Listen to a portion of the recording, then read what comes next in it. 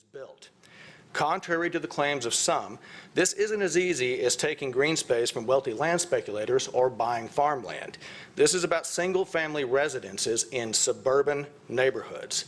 Families will be removed from their homes if the bypass is built, and they won't be millionaires on 10-acre estates. They will be suburban families where both parents work full-time. Now, I have close friends and colleagues living in Robinson Ridge and Heatherwood. They purchased homes in our peaceful and quiet communities after decades of service as city police officers. Now there's a proposal to build a major freeway directly behind their backyard fences. How peaceful and quiet will their lives be if that happens? And how much value will their homes lose? A foundational principle of local government management and economic development is that home buyers are rational actors. Texas home buyers are pretty smart people, and every homeowner in McKinney knew about the existence of Highway 380 before we purchased our homes.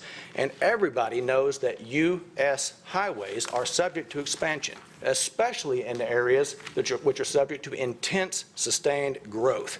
That's expected and rational. But building a freeway less than 2 miles from an existing U.S. highway and only 2 miles south of the brand new outer loop is not rational. Some proponents of the bypass want us to rely on studies that were outdated a week after they were published. To those who say the bypass would be on rural land, I would remind them that sound public policy should rely on current data, verified facts, and evidence-based growth trend forecasts. Land considered rural today won't be rural tomorrow. Now, numerous first responders live in my neighborhood. I'm one of them. We know what happens when major roadways are forced onto peaceful neighborhoods.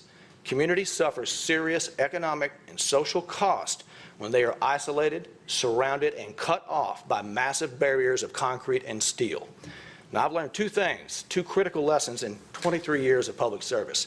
One, no matter how well informed we think our decisions are, no one can predict the impact of their consequences until other people have to live with them. And two, decisions made by state and local governments will directly affect the quality of people's lives for the next 100 years. And both of those lessons apply here. I urge council to stand with us and oppose the bypass. Thank you. Thank you. There seems to be confusion by those living close to 380 or south of 380 that it's all hay bales and farmers up north. Nothing is further from the truth. Bloomdale Farms itself has 24 parcels and over a dozen families living in our subdivision. All would be negatively impacted from a bypass option. Many people chose to invest in our home sites away from U.S. Highway 380. Conversely, many people knowingly chose to invest in their home sites directly on State Highway 380.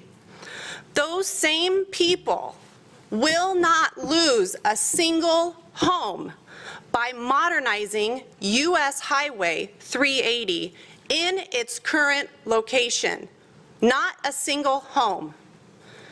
Can those neighbors really argue that the temporary traffic during construction a decade from now is reason enough to force people from their homes? My family did not buy a home on a state highway, nor are we in the market for one. We are opposed to any form of bypass alignment in McKinney. Fix 380 on 380. Thank you very much. Thank you, Mindy.